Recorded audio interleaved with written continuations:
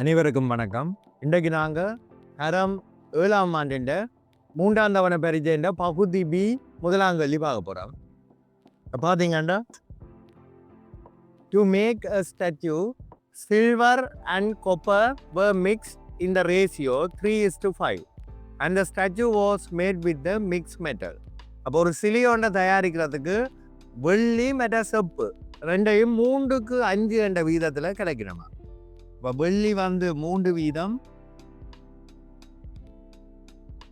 செப்பு வந்து 5 வீதம், இப்படி கிடைக்கணும். அப்போ கேள்வி கேட்டிருக்கணும், if the mass of the statue is 60 kilogram, find the masses of the silver and copper in that statue. அப்போ இந்த சிலையண்ட மொத்த திணிவு வந்து 60 கிலோகிராமாக இருந்தால் இந்த சிலையில் இருக்கிற வெள்ளி எத்தனை கிலோ, அந்த செப்பு எத்தனை கிலோன்றது தான் கேள்வி. அப்போ இதை எப்படி செய்கிறான்னு பார்ப்போம். அப்போ உங்களுக்கு தெரியும், வெள்ளி மற்றும் செப்புன்ற விகிதம் தெரியும் 3:5 என்ன. அப்போ முதலாவது நாங்கள் காண வேண்டியது இதுண்ட மொத்த பங்குகளை காணுவோம்.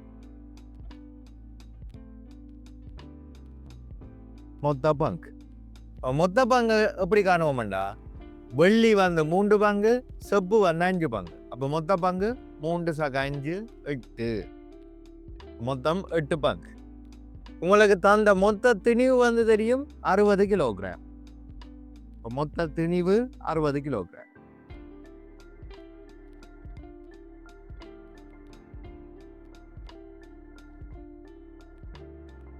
அப்ப ஒரு பங்குன்ற திணிவு வந்து காணலாம். அப்ப 60 கிலோ, அதாவது 8 பங்கு தான் 60 கிலோண்டா. ஒரு பங்கு காணணும்னா 60 நீங்க 8ஆல பிரித்து விட்டீங்கன்னா சரி. அப்போ இதை நீங்கள் 2ஆல சுருக்கலாம். இப்போ 30 2ஆல் சுருக்கிறீங்கன்னா 4, திரும்ப 2ஆல் சுருக்கிறீங்கன்னா 15, 2ஆல் சுருக்கிறீங்கன்னா 2. அப்போ இது வந்து ஒரு என்ன பின்னத்தில் வருது. அப்போ நாங்கள் இதை இப்படியே வச்சிருப்போம், சரியோ வச்சுக்கொண்டு நாங்கள் வெள்ளியை காணுவோம். அப்போ வெள்ளி, இப்போ வெள்ளின்ற திணிவு உங்களுக்கு ஒரு பங்குண்ட வந்து 15/2. நீங்கள் தசமமாக போட்டாலும் ஓகே தான். நான் பின்னமாக வச்சிருக்கிறேன், சுருக்கிறதுக்கு ஈஸி. அப்போ வெள்ளி வந்து 3 என்ன. அப்போ இதை சுருக்கினீங்கள்டா 15 பெருக்கலாம். இப்போ 15 3 45 2ஆல பிரிக்கும். பிரித்தீங்கள்டா 22.5 கிலோகிராம் என்று பேர். 22.5 கிலோகிராம். ரைட். இனி செப்பை காணலாம். இந்த செப்பை காண்றதுக்கு இப்போ உங்களுக்கு மொத்த திணிவே 60 கிலோகிராம் தானே. அப்போ 60 கிலோண்டா இது 22.5 நீங்கள் கழிச்சு விட்டீங்கண்டா சரி. அப்போ 60லிருந்து 22.5 இப்போ கழிச்சிங்கண்டா 60. அங்கே ஒரு தசமத்தில் இருக்கிறபடியே இங்கேயும் தசம் போடுவாங்க. 22.5 கழிச்சு விட்டீங்கண்டா 10ல் 5 போனால் 5, இங்கே 9, 9ல் 2 போனால் 7, இங்கே 5, 5ல் 2 போனால் 3. அப்போ 37.5 செப்பு இருக்கும். அப்போ செப்புன்ற எவ்வளவு 37.5 கிலோகிராம். அப்போ வெள்ளி வந்து 22.5 கிலோ, வேற செப்பு வந்து 37.5 கிலோ. இது தசமானத்தில் வருது. ஓகே, அடுத்தது, in order to put the basement of the statue, silver and copper were mixed in the same ratio. If 45 kilogram of silver has been used for the basement, what is the mass of the copper? அப்போ சிலையண்ட அடிப்பகுதிக்கு வந்து இதே விகிதத்திலான் வெள்ளியின் செப்பும் கிடைக்கணும். அதாவது வெள்ளி 3 மற்ற செப்பு வந்து 5, அந்த அளவில் கிடைக்கணும். வெள்ளி 45 கிலோ பயன்படுத்தப்பட்டிருந்தா செப்பு எத்தனை கிலோ பயன்படுத்தப்பட்டிருப்பினா என்றது கேள்வி. அப்போ உங்களுக்கு தெரியும் வெள்ளி வந்து எத்தனை பங்குன்னு தெரியும், 3 பங்கு. இப்போ 3 பங்கு தான் 45 கிலோ என்ன. அப்போ 3 பங்கு 45 கிலோ. அப்போ எங்களுக்கு எத்தனை பங்கு காணணும், 5 பங்கு காணணும். அப்போ 5 பங்கு நேரடியாக காணலாது. அப்போ நாங்கள் முதல் ஒரு பங்கை கண்டு ஒரு 5 பங்குக்கு போவோம். அப்போ ஒரு பங்கை காணுவோம். அப்போ 3 பங்கு 45 கிலோ தான், ஒரு பங்கு 45 3ஆல பிரிக்கணும். பிரிச்சிங்கன்னா எவ்வளவு 15 பங்கு, 15 கிலோ. அப்போ ஒரு பங்கு வந்து 15 கிலோ. அப்படி என்றா நீங்கள் எத்தனை பங்கு? 5 பங்கு. செப்பு 5 பங்கு தானே. அப்போ செப்பின் அளவு காணலாம் 15 ஒரு பங்கு. அப்படி எத்தனை பங்கு? 5 பங்கு. இப்போ 15 75 கிலோ. சரி, 75 கிலோ பயன்படுத்தப்பட்டிருக்கும். சரி, வெள்ளி 45 கிலோ பாவிச்சிருந்தா செப்பு வந்து 75 கிலோ பாவிக்கப்பட்டிருக்கும். இது உங்களோட ஏ பார்ட் கேள்வி. அடுத்த நாங்கள் பி பார்ட் கேள்வி பார்க்க போகிறோம். Using the following diagram answer the following question. இப்போ கீழுள்ள உருவை அவதானித்து விடை தருக. அப்போ இந்த படத்தை பார்த்தீங்கன்னா ஒரு வட்டம் ஒன்று இருக்கு. வட்டத்தை வந்து 1 2 3 4 5 6 7 8 சமதுண்டுகளாக வந்து பிரிச்சிருக்குது. பிரித்து போட்டு என்ன செய்யணும்னா 3 துண்டுகளுக்கு வந்து நிலட்டி இருக்கணும். அப்போ இதான உங்களுக்கு படம். முதலாவது கேள்வி வந்து நிலத்திய பிரதேசத்தை பின்னமாக தருக. அப்போ உங்களுக்கு தெரியும் 8 துண்டுகள் இருக்குது. அந்த 8 துண்டுல 3 துண்டு தான் நிலத்தி இருக்குது. அப்போ 8 மேல் 3. அப்போ இதான உங்களோட பின்னம். 8 மேல் 3. அடுத்தது இதை தசமமாக தருக. இப்போ தசமமாக தரணும்டா நீங்கள் என்ன செய்து விட்டா சரி 3 8 பிரித்து விட்டீங்கண்டா சரி. இப்போ 3 8 பிரிச்சிங்கண்டா சரி. இதோட மீனிங் என்ன? 3 8 பிரிக்குது, அதான அதோட மீனிங். அப்போ பிரித்து விட்டீங்கன்னா 0 0. இப்போ 3. இனி இங்கே 0 இருக்கிறதுக்கு ஒன்றுமே இல்லை. அப்போ நான் எக்ஸ்ட்ராவாக 0 இருக்கிறபடியா இங்கே தசம் போடணும். இனி எண் 3 24 மிச்சம் 6. திரும்ப ஒரு 0 இருக்கிறேன். அப்போ எண் 7 56 மிச்சம் 4. இனி 0 இல்லை இருக்கிறேன். எண் 5 40. அப்போ உங்களுக்கு தசமம் வந்துட்டுது எவ்வளவு? 0.375. அப்போ இது 3 தானத்தில் வருது. அப்போ 3 தானம் நீங்கள் போட்டு காட்டணும். 0.375. சரி, ரைட். அடுத்த நிலத்திய பிரதேசத்தை சதவீதமாக தருக. அப்போ நீங்கள் சதவீதத்தை பின்னத்தில் இருந்தும் கொண்டு போகலாம், மற்றது தசமத்தில் இருந்தும் கொண்டு போகலாம். ஆனால் பின்னத்தில் கொண்டு போகிறது கொஞ்சம் கஷ்டம். ஏனெண்டா 8 நீங்கள் என்ன 100 இல்லாட்டி 10 மடங்கு இல்லாட்டி 1000 மடங்குல கொண்டு வரணும். ஆனால் இவரை ஈஸியாக 100 பெருக்கி விட்டா உங்களுக்கு ஆன்சர் நேரம் வந்துடும். அப்போ 0.375 நான் என்ன செய்ய போகிறேன்டா சதவீதம் என்று கேட்டபடியா 100% பெருக்கி விட போகிறேன். பெருக்கினா உங்களுக்கு தெரியும் 2 தசம் 2 0 இருக்குது. 2 0 2 தானம் உங்களோட வலது கைப்பக்கம் நகரும். அப்போ 2 0 பெருக்கப்படுதுன்னா 2 தானம் வலது கைப்பக்கம் தசம் நகரும். அப்போ இங்கே இருக்கிற தசம் இங்கே வந்து விடும். அப்போ உங்களோட ஆன்சர் 37.5%. இதுதான உங்களோட கேள்வி. ஓகே, நாங்கள் இப்போ பகுதி பீண்ட 2ஆம் கேள்வி பார்க்க போகிறோம்.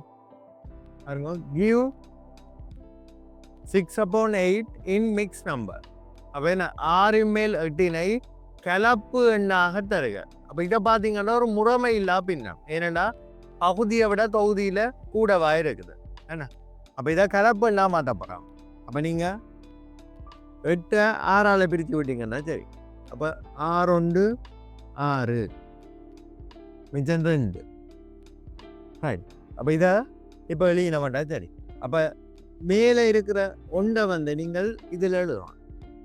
இங்கே 6 இங்கேயும் 6 தான். அப்போ 6 6 மிச்சமாக இருக்கிற இந்த 2 மேலே வரும். அப்போ 1 6 மேல் 2. மற்றது இதை இன்னும் நீங்கள் கொஞ்சம் சுருக்கலாம். என்னண்டு இதை எழுதுறதுக்கு முதலே சுருக்கி இருக்கலாம். அப்படி ஏண்டா 6 மேல் 8. அப்போ இது வந்து எளிய வடிவத்தில் இல்லை ஏன்னா. அப்போ இதை பிரிச்சிங்கன்னா 4/3 வரும். அப்போ இதான எளிய வடிவம். அப்போ இதை நீங்கள் சுருக்கி இருந்தீங்கன்னா 4 3 பிரிச்சா 3 3 மிச்சம் 1. அப்போ ஆன்சர் என்னன்னு வரும் 1 இந்த அங்கே 3 இங்கேயும் 3 மேலே 1. அப்போ இது சரியான ஆன்சர் தான். இப்போ இப்படி போட்டிருந்தாலும் சரி, அதை சுருக்கி இப்படி கொடுத்துருந்தாலும் சரி. இது என்ன நடந்திருக்கு, மேலையும் கீழையும் 2ஆவது சுருக்கி இருக்கணும். சரி, அடுத்தது பாருங்க, இது 3 5 மேல் 3 மற்றும் 3 5 மேல் 2. இதுக்குள்ள வந்து என்ன சிறிது இல்லாட்டி பெரிது அல்லது சமன் என்ற அடையாளத்தை பாவிச்சு இடைவெளி நிரப்பட்டான். இதில் பார்த்தீங்கன்னா 2லையும் முழு எண் 3 தான். அப்போ 2மே சமன் என்றபடியா இப்போ இதை நாங்கள் கவனிக்க தேவையில்லை. அடுத்ததாக பார்க்க வேண்டியது இந்த பின்னம். இப்போ பின்னத்தில் பார்த்தீங்கன்னா 2லையும் பகுதிகள் சமன். பகுதி சமன்டா நீங்கள் மேலே இருக்கிற தொகுதி யாருக்கு பெருசோ அவர் தான் அந்த பின்னத்தில் பெருசாக இருப்பார். அப்போ மேலே பார்த்தீங்கன்னா 5 மேல் 3. இப்போ 3 பெருசாக இருக்குது 2 விட. அப்போ யார் பெருசாக இருக்கும், இவர் தான் பெருசாக இருக்கு. அப்போ இப்படி வேறு.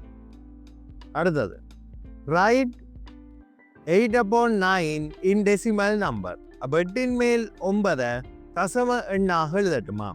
அப்போ என்ன 9 8ஆல் பிரிப்பீங்க. பிரிச்சிங்கன்னா எண்ணொண்டு 8 மிச்சம் 1. உங்கள் சைவர் அறக்கிறதுக்கு இல்லை. அப்போ சைவரை போடைக்க இங்கே தசங்குத்தம். அடுத்தது 10க்கு 8 ஒரு முறை. அப்போ எண்ணொண்டு 8 2 மிச்சம் சைவர் இறக்குங்க. ஏற்கனவே தசம் போட்டோடைய திரும்ப தேவையில்லை. அடுத்தது எண் 2 16 மிச்சம் 40. அப்போ எண் 5 40. அப்போ 0 வந்துடுது. அப்போ உங்களோட ஆன்சர் 1.125. அப்போ இது 3 தசமதானங்களில் வருது என்ன, 1.125. அடுத்தது 3ல் இருந்து 2 6 மேல் 5 கழித்து என்ன பெருமானம் என்று காண சொல்லி கேட்டிருக்கேன். அப்போ இது எங்களுக்கு கலப்பு பின்னமாக இருக்குது. இதை முதலாவதாக நாங்கள் என்ன செய்யணும், முறைமை இல்லா பின்னமாக மாற்றணும். அப்போ 3 சய 2 6 மேல் 5. இதுக்கு அடுத்த ஸ்டெப் நாங்கள் செய்ய வேண்டியது, இவரை நாங்கள் முறைமை இல்லா பின்னமாக மாற்றுவோம். இங்கே 6 இங்கேயும் 6 தான். முறைமை இல்லா பின்னமாக மாற்றணும்டா 6 2ஆல் பிரிக்குவீங்க. 6 2 12 12ஓட இந்த 5 கூட்டுவீங்க. அப்போ 12 5 17. ரைட். இப்போ பார்த்தீங்கன்னா இந்த 3க்கு கீழே 1 இருக்கிறேன். என்னடா 3 1ஆல் பிரிச்சிங்கன்னா 3 தான் ஏன்னா. அப்போ 3க்கு கீழே நான் 1 போடுறேன். இப்போ 1க்கும் 6க்கும் போமாசி உங்களுக்கு தெரியும் 6 தான். ஒரு 6 6 தானே. அப்போ 6. அப்போ 1 6ஆல் பெருக்கணும். அப்போ மேலேயும் 6ஆல் பெருக்கணும். இங்கே ஏற்கனவே 6 இருக்கிற வழியாக ஒன்றும் செய்ய தேவையில்லை. அப்போ இப்படி வரும். அப்போ 6 3 6 18 மேலே 6 மேலே 17. இப்போ 2க்குலையுமே பகுதிகள் 6. ஆகவே பொதுவும் 6 தான். இனி 18ல் இந்த 17 போனால் 1. அப்போ 6 மேல் 1 என்றது தான் இதன் பெருமானம். அடுத்தது கடைசி கேள்வி பாருங்க. ஒரு விவசாயி வந்து 5ல் 6ல் 1 ஹெக்டேருக்கு வந்து நெல் பயிரிடுறார். அப்போ நெல் வந்து 5ல் 6ல் 1 ஹெக்டேர். இப்போ ஹெக்டேர்ன்றது ஒரு என்ன பரப்பளவுகளை அளக்கிறதுக்கு ஒரு அலகு. அதே மாதிரி தென்னை. அப்போ தென்னை வந்து 3 8 3 ஹெக்டேர். இப்போ கேட்ட கேள்வி வந்து அவர் மொத்த காணியில் என்ன பின்னத்தில் அவர் மொத்தமாக பயிரிட்டிருக்கார். அப்போ என்ன செய்து விட்டா சரி, 2 பின்னங்களையும் கூட்டி விட்டோம்னா சரி. 5 6 மேல் 1 3 8 மேல் 3 கூட்டி விட்டீங்கன்னா சரி. அப்போ இதில் பார்த்தீங்கன்னா 2மே கலப்பு பின்னங்கள். அப்போ முதலாவது ஸ்டெப் முறைமை இல்லா பின்னமாக மாற்றணும். அப்போ முறைமை இல்லா பின்னமாக மாற்றணும்னா இந்த 6 வழியாக கீழே 6. இனி 6 5 30 30ஓட இந்த 1 கூட்டணும் 31. அடுத்தது இந்த 8 இங்கேயும் 8. அப்போ எண் 3 24 24ஓட 3 கூட்டினா 27. அப்போ இப்போ பார்த்தீங்கன்னா இங்கே 6 இருக்குது இங்கே 8 இருக்குது. அப்போ முதலாவது ஸ்டெப் வந்து இதுக்கு போமாசி காணணும். அப்போ 6க்கு மட்டுக்கும் போமாசி காணுவோம். 6ஐயும் 8ஐயும் போட்டு முதன்மை எண்களால் பிரியுங்க. அப்போ 2ஆல் பிரித்தோம்னா 3 4. திரும்ப முதன்மை எண்ணால் பிரித்தா 3ஆல் 3 3 இங்கே பிரிக்க இல்லாத அப்படியே இறக்குவோம். இனி திரும்ப 2ஆல் பிரிச்சிங்கன்னா 1 2. திரும்ப 2ஆல் பிரித்தோம்னா 1 1. இப்போ எல்லாமே 1 1 வரக்கூடிய மாதிரி வந்துடுது. அப்போ போமாசியை நீங்கள் காணலாம். எல்சிஎம் அப்போ எல்சிஎம் கண்டமெண்டா ஈர் 3 தர 2 தர 2. அப்போ ஈர் 3 6 6 2 12 24. அப்போ 24 தானே கூட போமாசி. அப்போ 6 24 ஆக்கணுமெண்டா 6 நீங்கள் 4ஆல் பெருக்கணும். அப்போ கீழே 4ஆல் பெருக்கினா மேலேயும் 4ஆல் பெருக்கணும். அடுத்தது 8 இருக்குது 24 வரணுமெண்டா 3ஆல் பெருக்கணும். அப்போ மேலேயும் 3ஆல் பெருக்கணும். அப்போ 6 4 24. இந்த ஒரு 4 4 3 12. அந்த 8 24 7 21 23 6 2 8. அப்போ இப்போ பார்த்தீங்கன்னா 2 பகுதிகளும் சமனாக வந்துடுது. அப்போ பகுதியில் சமப்படுத்தி விட்ட 24 மேலே இருக்கிற தொகுதிகளை கூட்டலாம். அப்போ 4 3 5 12 மட்டும் 20 205. ஓகே, இப்போ இவர் ஒரு என்ன கலப்பு முறைமை இல்லா பின்னமாக இருக்கிறார். அப்போ நீங்கள் இதை கலப்பு பின்னமாக மாற்றணும். தெரியும் ஏன் முறைமை இல்லா பின்னம்? கீழே இருக்கிற பகுதியை விட தொகுதி பெருசு. அப்போ இதை மாற்றணுமெண்டா நீங்கள் 205 24ஆல் பிரிக்கணும். அப்போ 205 24ஆல் பிரிக்கணும். அப்போ உங்களுக்கு தெரியும் இதில் வர போகிறவர் 24 தான். அதை இதில் இருக்கிறவரை நாங்கள் கண்டுபிடிக்கணும். அப்போ பிரித்து பார்க்கணும். அப்போ கிட்டத்தட்ட 24 8 வரலாம்னு நினைக்கிறேன். பெருக்கி பாருங்க. 8 32 2 16 16 3 19 192 வருது. அப்போ 192 205க்கு உள்ளே இருக்கிறார் என்ன? அப்போ 24 தர 8. அப்போ 8 32 2 16 3 19 கழிச்சிங்கண்டா 3 இங்கே கழிச்சிங்கண்டா 1 இப்போ 13. இனி அங்கால எங்களுக்கு ஆன்சர் வந்துடுது பாருங்க. அப்போ 24 இங்கே இருக்கிற 8 தானே இங்கே வர போகிறார். அப்போ 24 8 192. அப்போ மிச்சமாக எவ்வளவு 13. இந்த 13 தானே இங்கே வர போகிறார். அப்போ இதுதானே உங்களோட என்ன கலப்பு பின்னமாக இருக்கும். சரி.